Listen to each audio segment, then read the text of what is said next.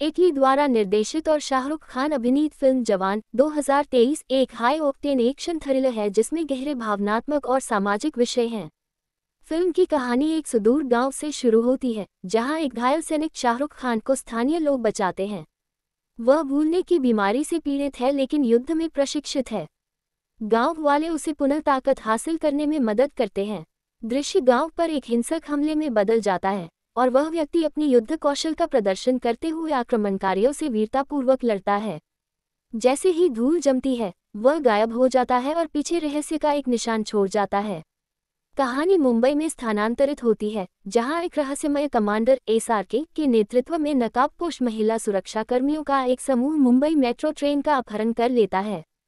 गिरोह यात्रियों को बंधक बना लेता है और उद्योगपति काली गायकवाड़ विजय सेतुपति से 40,000 करोड़ रुपए की मांग करता है।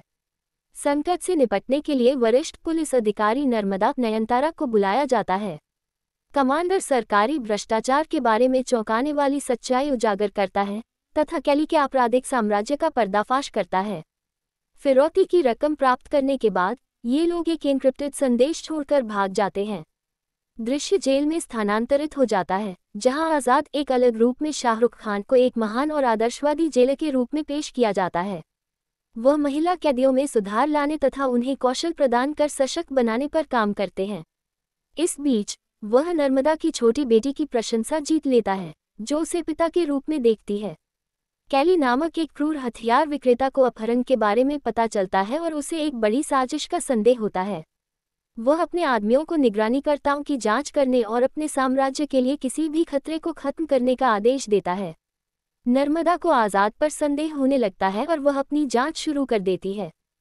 फ्लैशबैक से पता चलता है कि आज़ाद विक्रम राठौर दोहरी भूमिका में शाहरुख का बेटा है जो एक बहादुर सेना अधिकारी था जिस पर देशद्रोह का झूठा आरोप लगाया गया था। विक्रम को भ्रष्ट अधिकारियों ने धोखा दिया और उसे मृत मान लिया गया।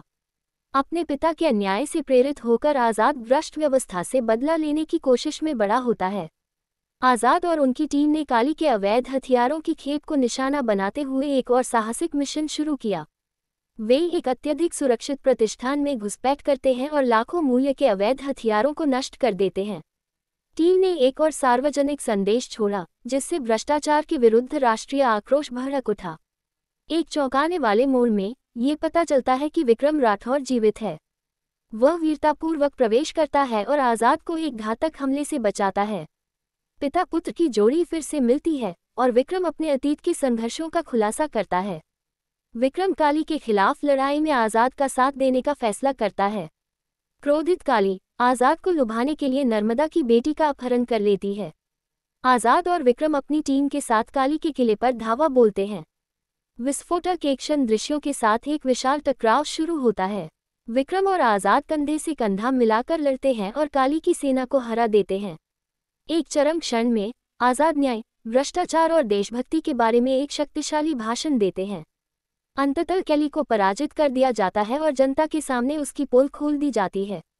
विक्रम राठौर को सभी झूठे आरोपों से मुक्त कर दिया गया और उन्हें पुनः नायक बना दिया गया। आज़ाद ने अन्याय से लड़ने के अपने मिशन को जारी रखा है तथा एक संभावित अगली कड़ी की तैयारी की है। फिल्म एक भावनात्मक मोड़ पर समाप्त होती है जिसमें आज़ाद नर्मदा की बेटी को गले लगाता है। अंतिम दृश्य में भविष्य के मिशनों की झलक दिखाई दी है जिससे दर्शक रोमांचित हो गए।